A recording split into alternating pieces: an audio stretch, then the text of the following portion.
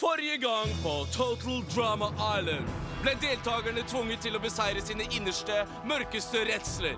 Ikke alle lyktes, men andre overrasket gruppen og konfronterte sin frykt direkte. Som en skjebnens ironi sviktet Tyler abborrene da han var for kylling til å møte hønene. Skjønner du? Haha! Og det var ha det, Tyler! Nok en gang ligger abborrene etter. Kan de klare å dra seg opp av vannet? Finn det ut i dag på Total Drama Island!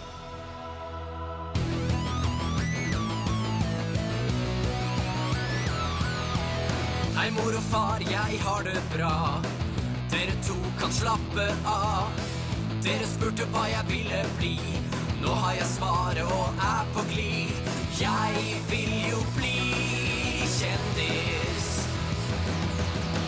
Leve livet i sus og dus. Bli med meg en tur, for jeg er fus. Jeg vinner og ingenting kan stanse meg på min ville vei. For jeg vil jo bli kjendis. Na na na na na na na na na na na na na na na na. Jeg vil jo bli kjendis. Jeg vil jo bli kjendis.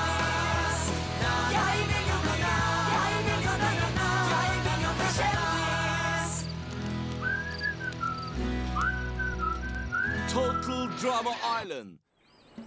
Abbor, jordrotter. Dagens utfordring er en sann sommercamp-opplevelse. En kanotur! Dere skal padle kanoen deres over sjøen til Boney Island.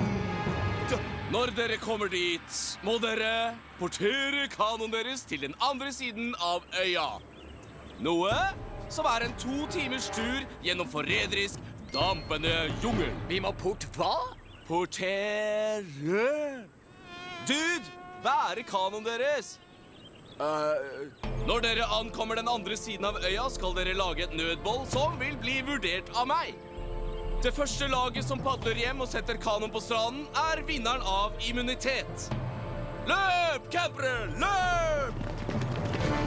Og vent, jeg bør nevne en ting til.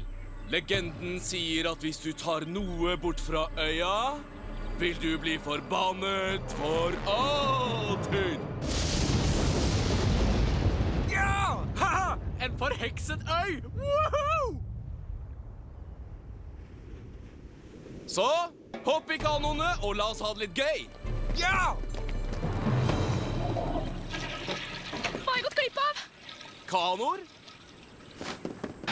Chris sa at vi skulle velge en padlepartner. Det var tid for meg å gjøre mitt trekk.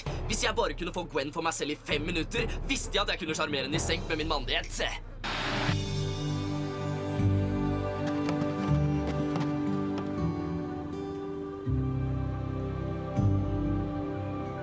Kom igjen da, Gwen! Du og meg, åpent vann, hva sier du? Trent, du må være sammen med oss! Greit, men jeg er sjefen. Det er sånn jeg vil ha det. Yes! Yes! Yes! Det er helt i boks. Cody, han er som en plagsom bror. En skikkelig plagsom lillebror.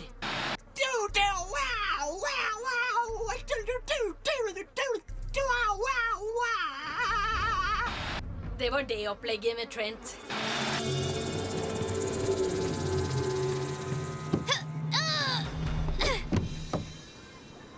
Bare bruk min teknikk. Jeg er 1/87 Cherokee, vet du. Noe som betyr at stammen kan gjøre krav på meg når som helst. Håper det blir i dag.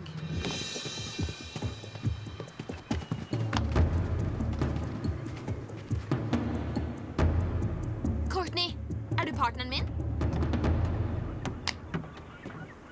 Ja, jeg trodde Bridge og jeg var ett, men plutselig vet jeg ikke. Det er som hun forsvinner fra meg. Nei, det er sikkert bra. Hei, Jeff, trenger en partner? Se ferdig.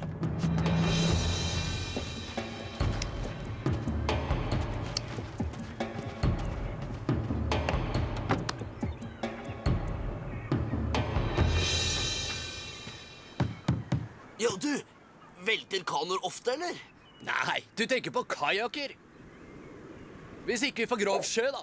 Kan vann bli grovt. Ja, noen ganger kan det bli helt ekstremt der ute. Da jeg var 8, utfordret broren min meg til å hoppe fra stupebrettet i bassenget. Jeg var redd, men jeg hoppet. Jeg hadde ikke tenkt å la dem kalle meg kylling. Jeg landet på rumpa mi. Høres bedre ut enn mageplask, hæ? Feil. Badebuksa mi forsvant så langt opp i rumpa at jeg måtte på sykehuset for å få den av. De fant opp et nytt ord for det jeg hadde gjort. Truserøskplask. Jeg har vært redd for vann siden den gang.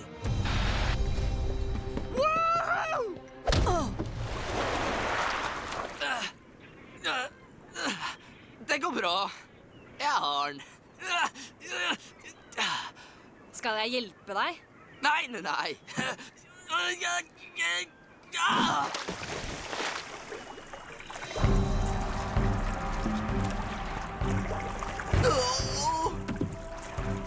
Slapp av. Det går bra det her, vet du. Hvis denne kanoen leder, kom ikke og prøv, vener! Au! Det svir!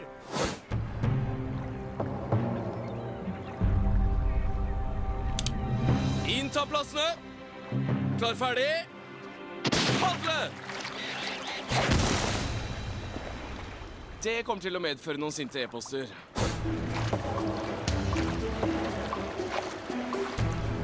Så, vil du bli med ut en gang? Nei. Hva med fredagskveld? Nei. Lørdag passer for meg. Hva med lørdag? Jeg går ikke ut med deg. Aldri. Ja vel, greit. Jøss. Så søndag er utelukket? Ja! Skjønner! Ok. Kanskje du ikke var helt klar for Coldmeisteren? Og så lærte disse bushfolka oss hvordan vi skulle fange og koke krokodille og koala også. Er det ikke ulovlig å drepe koalabjørn? Jeg vet ikke, antagelig ja. Antagelig er det ulovlig. Du har ikke noe imot at jeg soler meg litt, eller hva? Det har jeg ingenting imot. Kan jeg spørre om noe, kompis? Jeg ga Bridget en fantastisk gave i morges, men hun har sendt meg noen rare vibber, altså. Gosh a meg, Courtney, det var så fælt. Jeg kom tilbake etter å ha pusset tennene mine, og jeg så noe bulte under dyna mi. Og når jeg løftet dyna, der var den. Nei! Jo. Jeg mekka han i kunsttimen. Nei, det gjorde du ikke. Jo. Og det blir verre. Ristet inn på baksiden var det en inskripsjon hvor det sto: Jeg håper du tenker på meg hver gang du slenger småpenger i denne. Ikke bra? Fy flate. Det er så dårlig at du trenger et nytt ord for hvor dårlig det er. Du skjønner, dating er som å mate en kanin. Du vil at kaninen skal komme til deg, så du gjør ingen brå bevegelser. Her, Kalle. Slipper en hjerteforma håndlagd leirskål på en kanin, så kommer kaninen til å løpe, kompis. Tar du tegninga? Så jeg dreit meg ut? Du dreit deg ut, dude. Jeg tror jeg vet hvorfor du driver og avviser meg. Det er på grunn av Trent, ikke sant? Jeg er ganske god kompis med Trent, og jeg fikk helt klart inn en «jeg digger Gwen-vibbe» fra han. Jeg kan legge inn et godt ord for deg, vet du, hvis du vil. Wow. Det er skikkelig kult av deg. Ja vel. Hvis du kan få oss i samme båt på veien hjem, så skylder jeg deg en stor tjeneste. Interessant at du skulle si det. Du skjønner, jeg har litt problemer selv. Hva mener du? Vel, jeg har liksom vedda med Owen at hvis jeg fikk tak i BH-en din, så skulle han ta all oppvasken min i resten av konkurransen. Greit. Det var litt drøyt. Jeg skjønner. Hei, var den der i stad? Vel, jeg tror ikke det.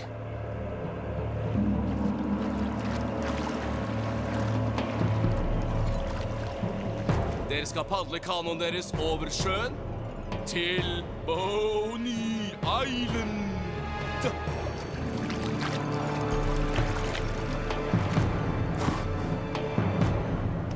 Ok, så dere denne hodeskallen? Hvor kult er det? Det er som det spøker her eller noe sånt. La oss bare få dette overstått.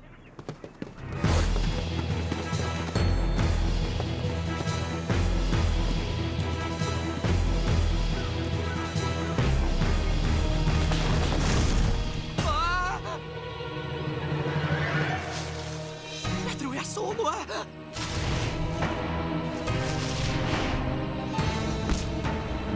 Monsterbevere! En etterledning fra pleistocentiden. Ullbeveren er en dagaktig gnager. Hjemmehørende på Boney Island. Å ja, og de er kjøttetere.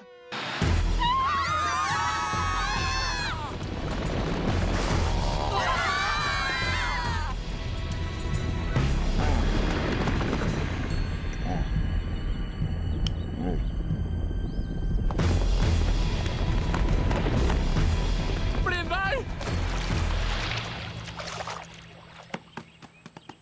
Hei, de går sin vei. Var det noen som tok med ekstra undertøy? Nei, seriøst? Å, filleren. Jeg trenger helt klart rene truser.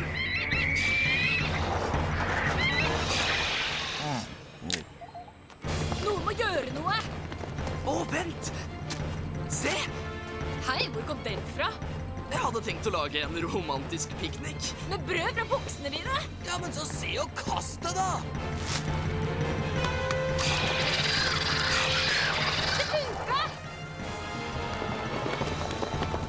Kom igjen, løp ikke over enda. Vi må fortsatt brenne noe. Hvilken vei skal vi gå? Venstre. Helt klart venstre. Jeg vet ikke. Jeg synes vi skulle ta den til høyre. Den høyre siden er bredere. Hva er det du glor på?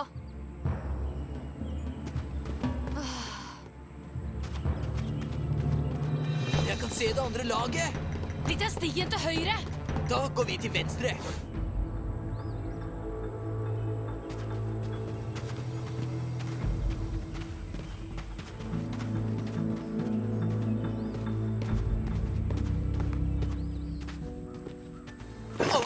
Folkens, ikke for å skremme dere, men jeg krymper. Akkurat. Hvordan skulle jeg vite hvordan kvikksand ser ut? Det ser jo akkurat ut som vanlig sand. Kan dere tro at jeg gikk på den? Jeg fiksa den, men jeg trodde ikke at noen ville gå ut i den. Det er bare knall. Trent sitter fast! Jeg kommer, Trent! Nei, ikke! Jeg sitter også fast! Jeg så bare ikke at det kunne skje. Hjelp! En eller annen, hjelp oss!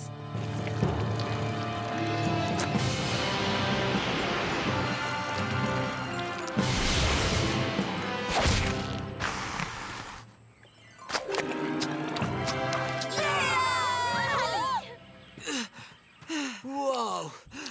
Nei, takk, bror. Du er en livredder. Er jeg? Helten min! Hvor har du lært å gjøre det der? Du vet, jeg ser mange filmer. Dette er veldig rørende, folkens, men vi har fortsatt en utfordring å vinne.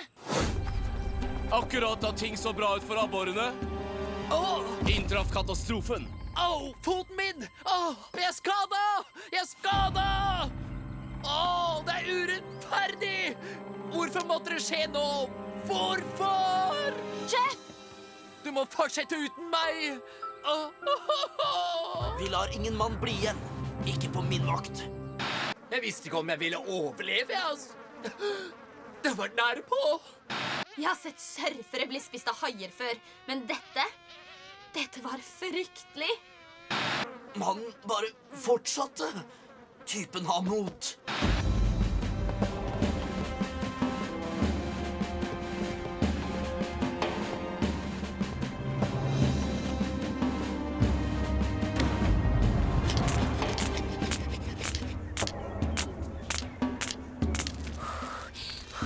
Hvordan fikk de det til så fort? Ingen regel mot å bære lightere. Fordel, morderabborene.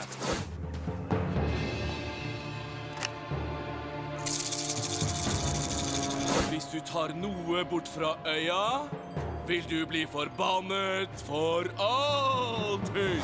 Hva har jeg gått glipp av? Kanoer?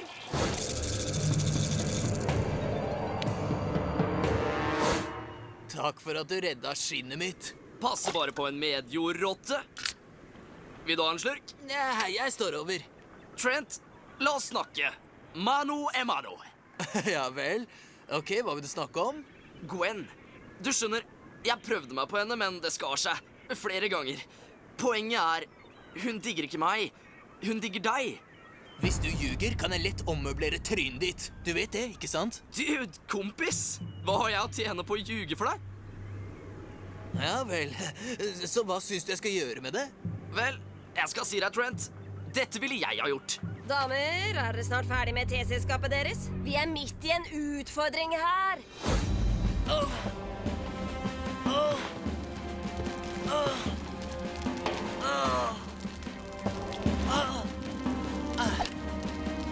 Bridget, du har førstehjelpstrening, ikke sant? Kanskje du kunne se på Jeffs skade? Han kan ha koldbrann. Eller jungelrådet? Eller fotsåp. Jeg skylder Jeff skikkelig mye. Han hjalp meg over vannskrekken min. Så da jeg så ham drukte i damegreiene, måtte jeg hjelpe fyren litt. Jeg tror ikke dette kommer til å bli stort nok. Dere hørte dama. Vi trenger mer ved, folkens. Kom igjen, vi går.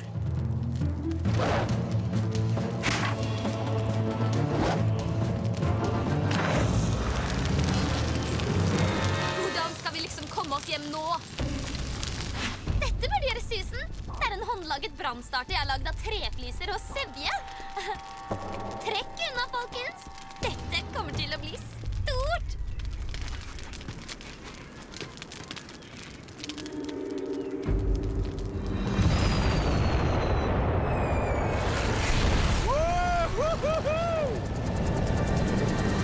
Vi har bålbyggervinneren vår! Poeng til jordrottene! Hvor har du lært å gjøre det der, hen? Og du vet jeg tilbrakt en sommertrening i hæren. Ja, jeg havnet i noe trøbbel der og kom liksom til å sprenge kjøkken ved et uheld. Det er derfor reserve-MP fortsatt er etter meg hele tiden. Jeg er bare helt desertør. Folkens, siden dere begge er litt shaky etter den kvikksandgreia, så burde vi splitte dere. Hva om jeg blir med Lindsay og Beth, og Gwen kan padle tilbake sammen med Trent? Høres greit ut. Hva skal vi liksom gjøre uten padleårer?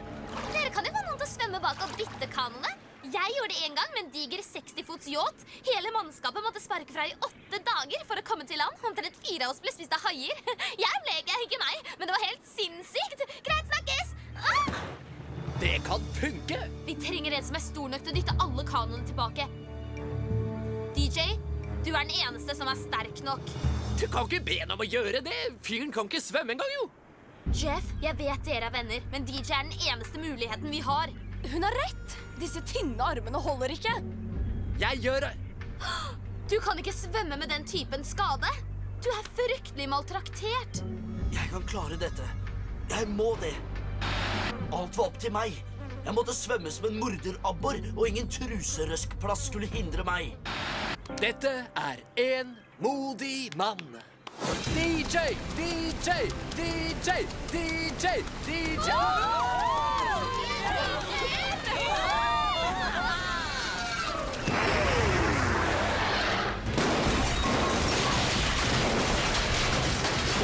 Abborrene er vinneren!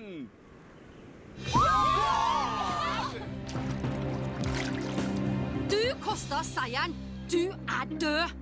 Akkurat greit. Heldigvis for deg så har drapslisensen min nettopp utgått.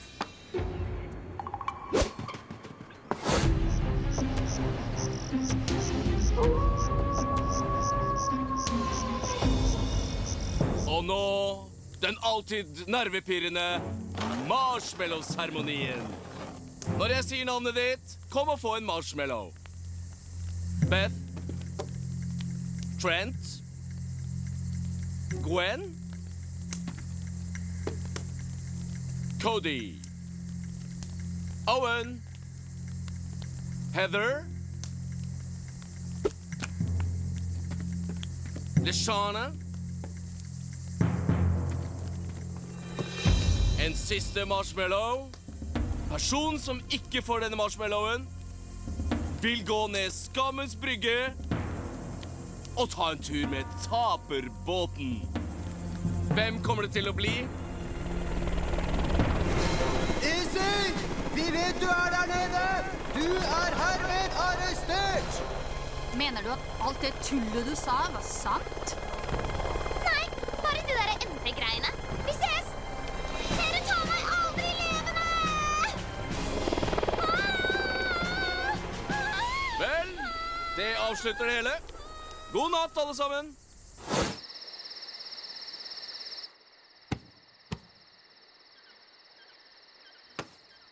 Stilig.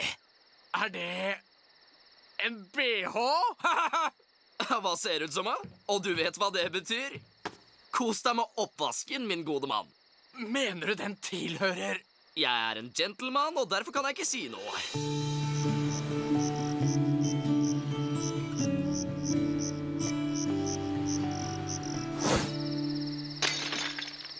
Åh. Har du noe lim? Jeg ville ikke kastet bort tiden min på å prøve å fikse den. Kanskje jeg vil?